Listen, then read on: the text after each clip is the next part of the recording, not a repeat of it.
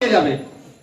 দেখুন ব্যাপারটা হচ্ছে মাথায় ভালো করে বুঝতে হবে, সরকার আজকে আছে কালকে থাকবে না, কালকে আপনি সরকার হতে পারেন, কিন্তু বাংলা আপনার আমার তো বাংলাকে যেভাবে ঋণের দায়ে জর্জরিত করছে, ক্ষতি আপনাকে আমাকে চলতে হবে। ধরুন এটা একটা ভাড়া নিয়ে চলছে, এটা মালিক কিন্তু তো একজন আছে, কালকে কেউ ভাড়া নিতে পারে, এটা যদি ক্ষতি হয়ে যায় ক্ষতিগ্রস্ত কে হবে? মালিক। আমরা বাংলার মালিক, যারা ক্ষমতায় আছে তারা ভাড়াতে চলছে, আমি মনে করি 5 বছর করে, প্রয়োজনে মালিক আবার চেঞ্জ করে দিতে পারে। তো বাংলায় ক্রমশ আপনার আমার মালিকের মাথায় কিভাবে ঋণ চাপছে জানেন? 1947 থেকে 2011 এক একটা মালিকের মাথার উপরে ঋণ ছিল 12,000 টাকা মতো। 2011 থেকে 2025 এখন এক একটা মালিকের মাথার উপরে ঋণ হয়ে গেছে প্রায় 62,000 টাকা। তাহলে ক্ষতি কার হচ্ছে?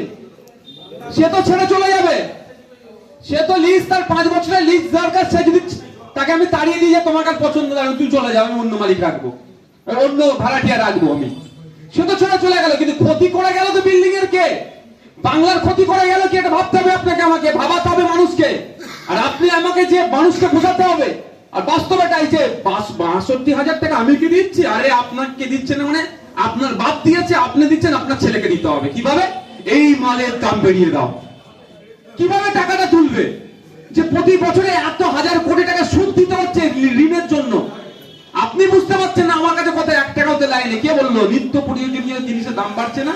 মোবাইলের রিচার্জ 999 টাকায় কি ছিল লাইফ টাইম, আর এখন 399 থেকে রিচার্জ প্যাক শুরু হচ্ছে। যত একটু আপনি পার ডে ডেটা নেবেন 599 পর্যন্ত হয়ে যাচ্ছে। তাহলে এই যে 1 মাসের ডেটা প্যাক যে রিচার্জ হচ্ছে, এত টাকাটা যাচ্ছে কোথায়?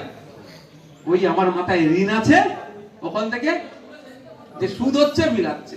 পেট্রোল ডিজেলের দাম, আন্তর্জাতিক বাজারে যখন পেট্রোল ডিজেলের দাম বেশি ছিল তখন আমাদের রাজ্যে, আমাদের দেশে পেট্রোল ডিজেলের দাম অনেক কম ছিল।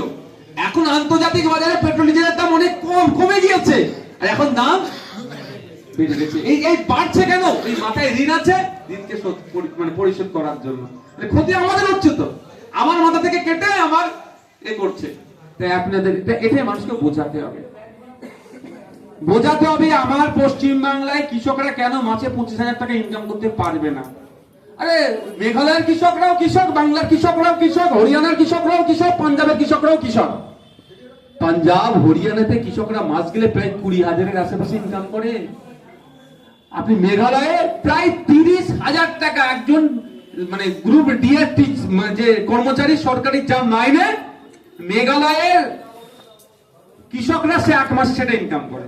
আপনারা দেখেছিলেন যে আপনার যে কৃষক আন্দোলনের সময় মার্সিডিজ নিয়ে কৃষকরা এসেছিল না?